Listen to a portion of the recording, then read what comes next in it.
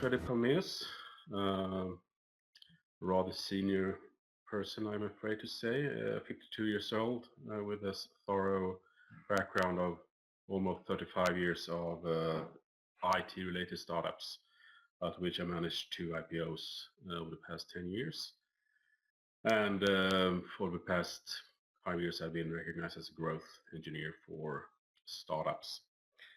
So based on that, we are now entering a phase where we are revitalizing TRIG into becoming a new online shopping phenomenon based on the huge user base we have. And just have a recap for you.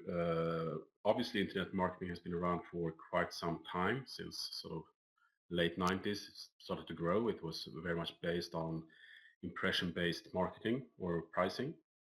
It was hard for advertisers to actually do the return on investment calculations. So as technology improved, it was a huge shift to actually have a pay-per-click support or features, meaning that you actually could see that the consumers went to your site promoting your goods and services. With further technology development, affiliate marketing has grown in complexity and feature richness, which means that in many fields you actually don't pay for recruiting consumers until you actually close the sale. And that's very dominant in gambling, travel, price comparison. So there are so many associated industries or segments developed around that. Next slide, please. And with the focus of affiliate marketing, there are quite a few roles involved, and as always with the consumer in the middle, you tend to have a publisher in the lower left that has a huge audience. Typically, there could be a content provider like a news organization. It could be a price comparison site. It could be even bloggers that have a very tight relationship with their followers. They tend to connect not only with ad networks, but also with affiliate networks. In Europe, that would be typically Xanax, which is a German company, or Trade Doubler, or Commission Junction.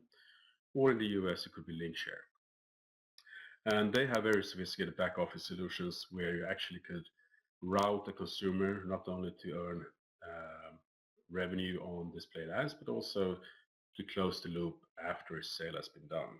So for instance, when I go to hotels.com to find accommodations for my next trip to London, that's actually recognized from TRIG or Zebra Pays throughout.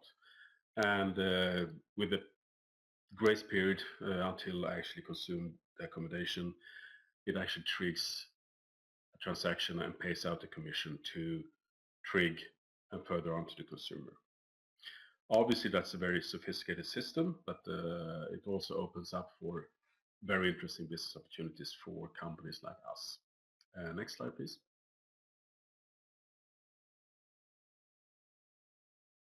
That seems to be a very rich one. The question is where you can actually use this, and this is one of our unique selling points versus our competition. And what we try to achieve is a way to actually provide this refund opportunity to consumers regardless of what you are planning to purchase. And obviously the e-universe or e-commerce universe has so many different segments, and obviously the business models vary from international sites like eBay and Amazon to very specific micro auction sites that tend to be very regional. And we try to find a solution that offers the same benefits throughout. Next slide.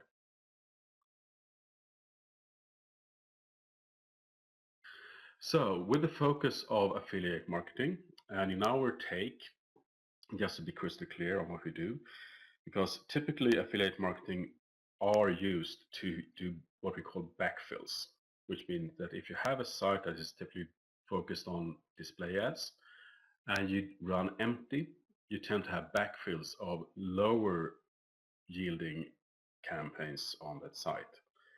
And affiliate marketing actually provide no cash until you have done a sale. So hence they are typically on the long tail of internet advertising, but we put them in front of that curve because we see a very direct connection and a very direct value proposition to the consumer. So whenever we've actually done this transaction, in this case with hotels.com as I explained, the consumer will actually be notified that we will share the affiliate revenue from hotels.com with the consumer, which means that what could have been a very low margin and a low probability of a transaction, we turn into a high probability transaction and a very strong value proposition to consumer. And to build the volumes of affiliate marketing in our take, we also use content demographic and a social context. And the social context you do recognize because you've been around for a while, but I will elaborate more on the content demographic. Next slide. So, in my world, we tend to talk about the elevator pitch, meaning whenever you sort of enter an elevator with a totally unknown, you need to convey what your business model is about. And our business model is about to, based on a large social media user base, we plan to participate in almost all online purchases and share the affiliate revenue with the consumer and the organizations they belong to. Pretty sort of crispy and clear, I think. Next slide. And to actually do that, we need to also have a solution that is, I would say, omnipresent. It should be there all the time. We don't need to change the consumer behavior. And we need to sort of educate the consumer that they will have to actively decide not to use Zebra Pays or TRIG to avoid participating in the value proposition. And that would mean that we will be there in pretty much 100% of all the transactions our consumers and members do online. And just to sort of elaborate more on that, that there are other companies offering similar value propositions. However, they do require you to change your buying behavior, meaning that you need to go to a site or participate in a coupon email sequence. And that is not typically what you do as a consumer. Our idea is that you should actually not change your online behavior and still enjoy the benefits of a refund, or typically known as cashback. So how does this translate into a use case for our friend Isla Fisher, the well-known shopaholic? Next slide, please.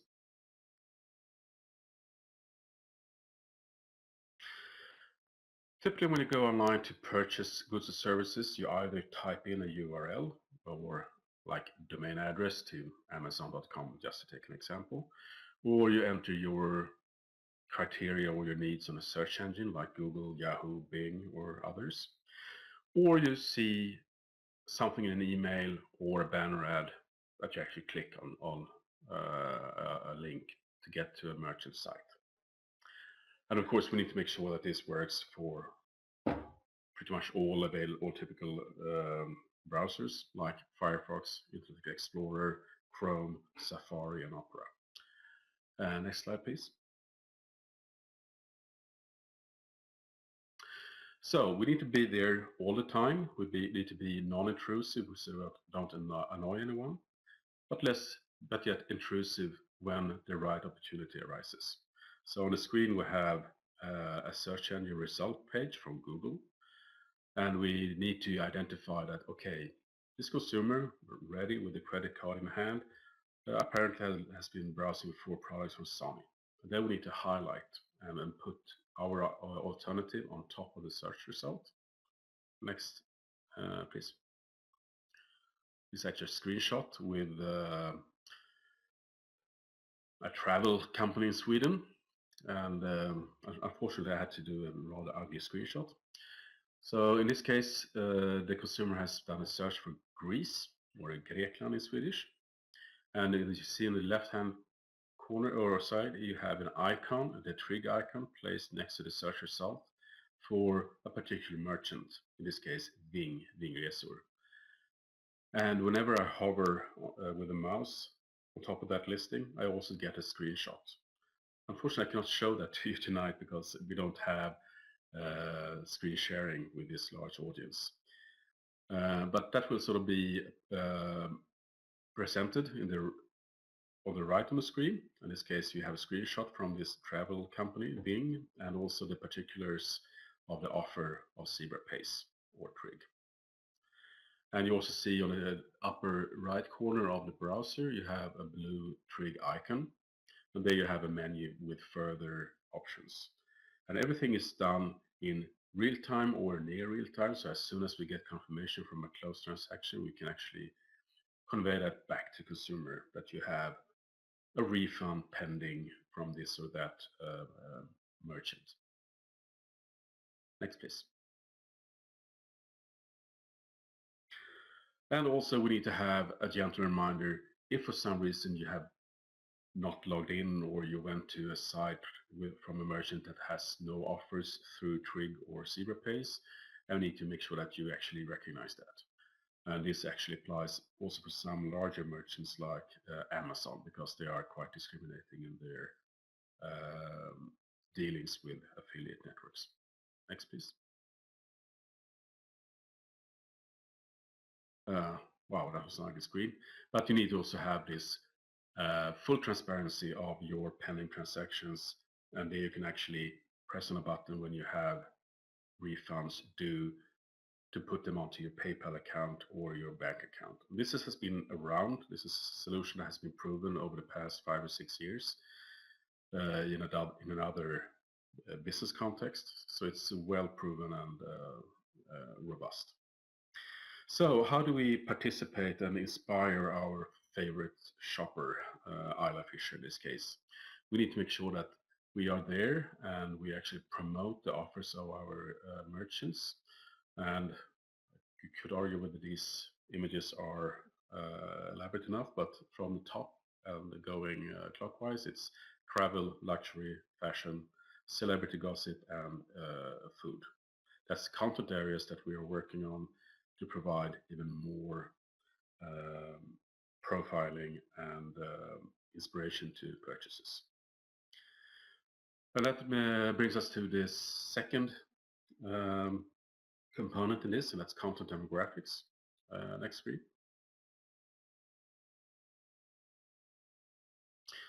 And what we do in this area is that we actually have a content partnering project, and it's primarily focused on 4 or possibly 5 areas. And we have been most active in cooking recipes and restaurants and food for a very good reason, because it attracts a very strong audience in the right demographic profile, meaning age 30 plus, and from households with a very strong buying pattern. And also the content characteristics in that segment is that when we acquire content in cooking, it tends to be applicable for quite a few years, which means that we can even translate it into other languages. And the content strategy actually has 3 tiers. We do acquire, try to speed up here. We do partner up very closely with content providers for every country. Focus on getting them to be close to 10, where we move their entire content structure into the TRIG domain. We also have 2 levels of partnering programs where the content providers will be encouraged to participate in promoting Zebra Pace and display ads from us. And they will have the same type of transparency as the consumer do. Next.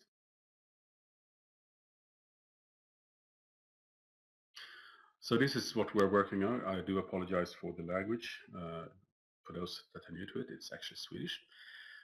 This is where we have our first draft of a mashup of different content characteristics or segments promoting travel, luxury so far. So this is a tier 1, and we've done the first 2 sites now in January, February, will be launched in a few weeks. Next slide.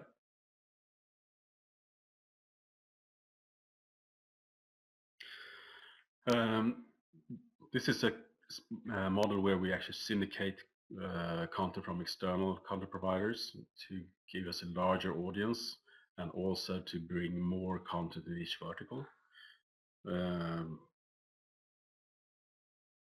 Yeah, next slide.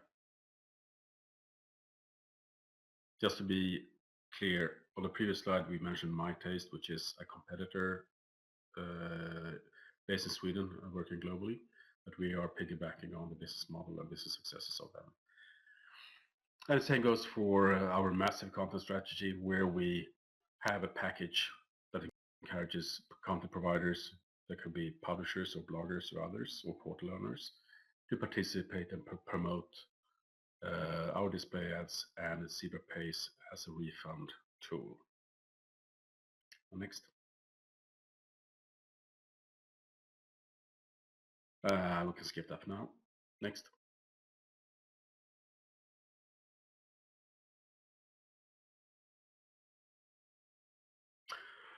And as a wrap-up, I would like to outline the potential of what we are working with here, and that's a very good summary of the online purchases map of Europe based on well over a year-old data, but that's the best I've found so far. And what you see here is that the average spend per e-shopper in the center of the screen is 1.2 thousand euros per annum. And what we need to recognize here is that it's not including travel. And in the business model we have, travel has shown to be a very significant part of what we do. And typically on online travel you have reasonably good order volumes because you tend to pay a lot for each travel, in contrast to when you buy a record or a piece of apparel. And many of these partners we have in travel related services, they do offer a very handsome affiliate revenue for us, like hotels.com. So a ballpark figure that we work with, if you move to the next slide, it actually shows how the breakdown of expenses or spendings on online may look in a typical country. I think this is Sweden. And as you see, the pie chart, travel is still the absolute dominant revenue stream or purchase stream on online. That varies from country to country, but I think as a whole, it's still dominating in most markets we're in. Next, please. And just to give you some idea of what kind of numbers we're working with here. And if you see that you have, say, a buying power of 2,000 euros per household per annum, and that's an average. In some parts of Europe, I mean, I can speak for Swedes in particular, we tend to spend a fortune on travel in the winter season, and that represents a totally different value than we see on the screen here. And I would say that to actually claim a part of that transaction volume of 2,000 euros, we need to have a very elaborate set of affiliate networks. I think we can still have a goal of reaching about 50% of that revenue because we do use affiliate networks, we do use all of them, which means that there are not that many online merchants that do not participate with affiliate networks. And if we just play with the numbers and see that we may have like 10% in gross revenue, and the gross margin is 50, that actually represents revenue for us of about 100 euro per household, which is huge because we tend to, or we plan to acquire members from consumers or households in very large numbers. So if you just tried it on the numbers for size, 100,000 connected members would possibly translate into a revenue of 10 million euros. And I can tell you that much without sort of spoiling our listing ambitions, is that we plan to move way beyond millions of connected members. Next, please. Yeah, I think I would like to wrap that up because the social context, you know, we will be working on that with further details down the road. Over the past quarter, all of the focus has been to add the Zebra Pays refund and online buying tool, and also the content providers. But I would probably ask Soraya to provide me with questions.